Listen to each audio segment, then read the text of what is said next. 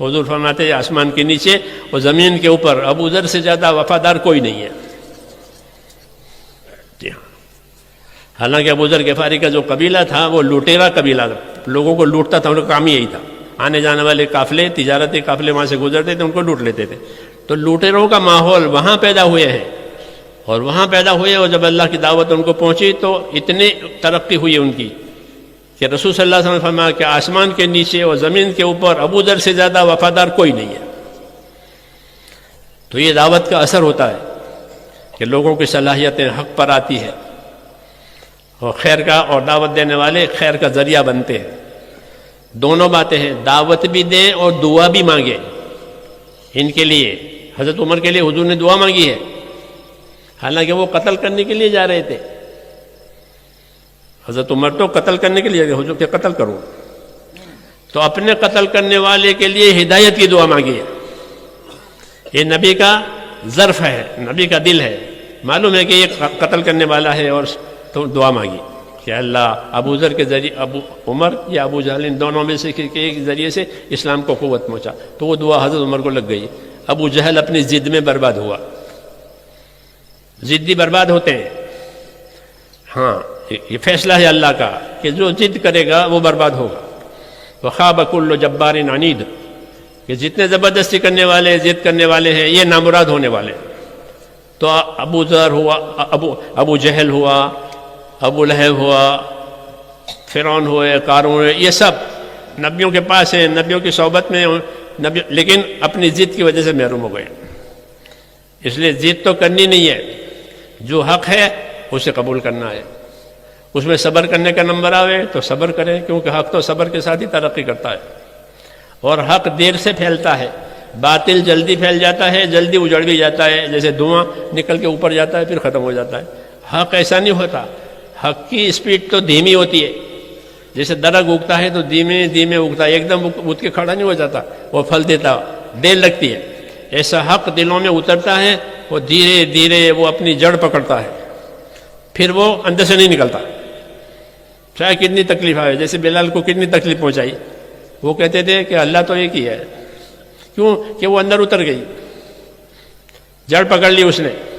تو حق جو ہے دلوں میں جڑ پکڑتا ہے. جب محنت ہوتی ہے، دعوت ہوتی ہے، اخلاص والے، تو اندر دلوں میں اترتا. پھر آدمی نہیں چھوڑتا اس کو، اندر اتر گئی، لیکن دیر لگتی ہے. تو اس لیے اللہ تعالیٰ نبیوں سے فرماتے ہیں جلدی نہ کرو، کام بننے والا ہے. جلدی نہ کرو، کام بنے گا. حضور بھی صحابہ سے فرماتے تھے کہ کام بننے والے ہیں، حالات بدلنے والے ہیں، تم تو جلدی کر رہے ہو. جلدی نہ کرو، کام بننے والے ہیں، فیصلے ہونے والے ہیں اللہ کی طرف سے، حالات پلٹنے والے ہیں. تمہاری بھوک دور ہو جائے گی، تمہارا خوف دور ہو جائے گا، تمہاری ذلت دور ہو جائے گی. حالات بدلنے والے ہیں. اللہ کی عادت ہے، حالات بدلتے ہیں. یقلب اللہ اللیل والنہار، کہ اللہ تو رات کو دن سے اور دن کو رات سے بدلتا ہی ہوں. جی ہاں، کسی کو اوپر لے جائیں گے، کسی کو نیچے لے جائیں گے، دور آتا ہے. جی ہاں، صحابہ کو ذلیل کیا، پھر صحابہ کو اللہ نے عزت دی تو ان کو اوپر لائے. بلال کو ذلیل کیا مار مار کے، پھر اللہ نے بلال کو عزت دی. تو حضور صلی اللہ علیہ وسلم کے خاص آدمی ہو گئے. سفر میں، حضر میں خاص عزت ہو گئی. اللہ کے ہاں بھی عزت ہو گئی. دور ہوتے ہیں، اس لیے کہتے ہیں اپنے اندر استقامت پیدا کرنا. اللہ کے کام میں خاص طور سے اللہ سے مدد مانگ کر کے. استقبال کا دور آوے تو شکر کے ساتھ، استقبال نہیں ہے استدبار ہے، مخالفت ہو رہی ہے کہ صبر کے ساتھ. یہ اعتدال کہلاتا ہے. اعتدال کے درمیانی چال چلنا تاکہ حق نہ مرے، حق زندہ ہو جاوے. انصاف، احسان، ایثار، یہ تین حضور کی تعلیم میں ہے کہ حضور نے انصاف سکھایا. اپنوں کے ساتھ، پرایوں کے ساتھ، دشمنوں کے ساتھ انصاف سے رہو. جو اپنے لیے پسند کرو وہی دوسروں کے لیے پسند کرو. اس سے بڑھیا کہ احسان کرو، کہ اپنی جان مال سے دوسروں کو نفع پہنچاؤ جتنا پہنچا سکتے ہو. اور اس سے بڑھیا کہ ایثار سے کام لو. ایثار سے کام لو. ایثار یہ ہے کہ اپنی ضرورت کو نہ دیکھے، دوسرے کی ضرورت کو دیکھے. جیسے انصار مدینہ خود بھوکے رہتے تھے اور دوسروں کی ضرورت پوری کرتے تھے. انصار اپنی دین کی نصرت میں ایثار سے کام لیا. بہت اعلیٰ درجے کی نصرت ہے یہ، کہ ایثار کے ساتھ نصرت کی ہے. اس لیے اللہ ان سے راضی ہو گیا. تو یہ سکھایا تھا حضور صلی اللہ علیہ وسلم نے، بندوں کے ساتھ انصاف، احسان، ایثار، بندوں کے ساتھ، اور اللہ کے لیے کہ اللہ کے لیے اخلاص اور استقامت، کہ اللہ کا کام کرے، اللہ کے لیے کرے اور پابند ہو کر کرے، کوئی امید کسی سے نہ رکھے سوائے آخرت کے، بس کہ آخرت کی امید رکھو اللہ سے، اور آخرت کے وہ تو تیار ہے متقیوں کے لیے، ہاں آخرت متقیوں کے لیے تیار ہے، پرہیزگاروں کے لیے، پابند لوگوں کے لیے اللہ نے آخرت تیار کر لی۔ تلک الدار الآخرۃ نجعلها للذین لا یریدون علوا فی الارض ولا فسادا والعاقبۃ للمتقین، کہ وہ آخرت کا گھر ہے وہ کس کو دیں گے؟ کہ جو دنیا میں اپنی بڑائی نہ چاہے۔ ہاں بڑائی صرف اللہ کے لیے ہے اور کسی کے لیے نہیں ہے، اپنی بڑائی نہ چاہے، چاہے اللہ کتنی ترقی دے، مال کی، جان کی، دین کی، اپنی بڑائی نہ چاہے، اپنے آپ کو اللہ کا بندہ بتاوے، میں کہ اللہ بندہ ہوں، جیسے حضور صلی اللہ علیہ وسلم، آپ سے کوئی بڑا انسان نہیں ہے، آپ سے بڑا کوئی انسان نہیں ہے، کوئی فرشتہ نہیں ہے، لیکن آپ نے اپنے اندر بندگی پیدا کی، میں اللہ کا ایک بندہ ہوں،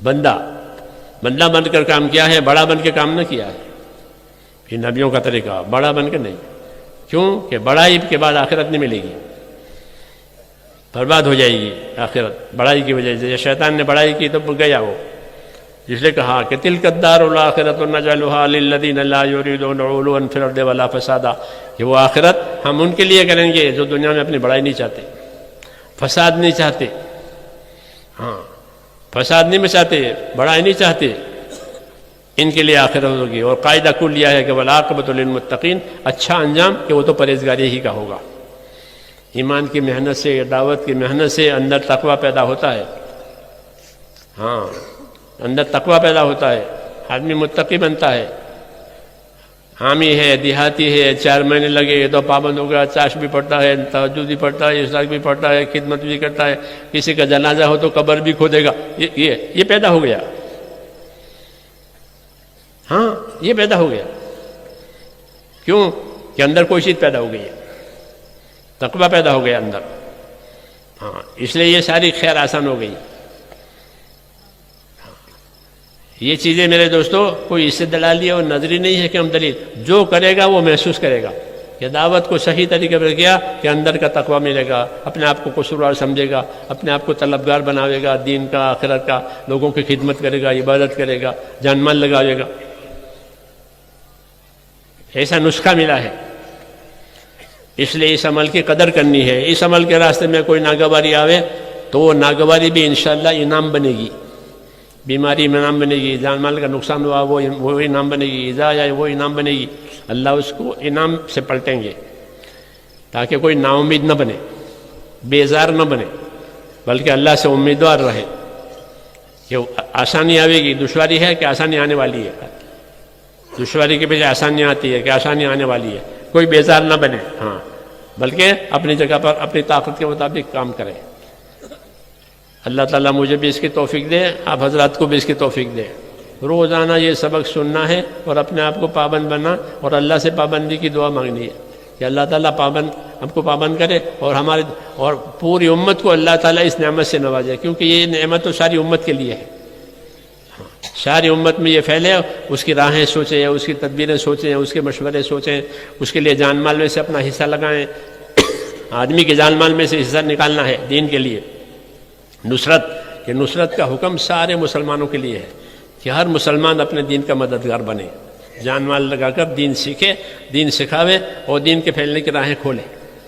جہالت سے دین نہیں پھیلتا، سیکھنا پڑے گا اور عمل بھی کرنا پڑے گا، غفلت سے نہیں ہوتی بات، اور اللہ کے دین کی محنت کریں گے تو پھر دین کے لیے راستے نکلیں گے، لوگ اپنے تقاضوں کو دبائیں گے، خدا کے تقاضوں کو پورے کریں گے، ہدایت آئے گی تو کریں گے انشاءاللہ۔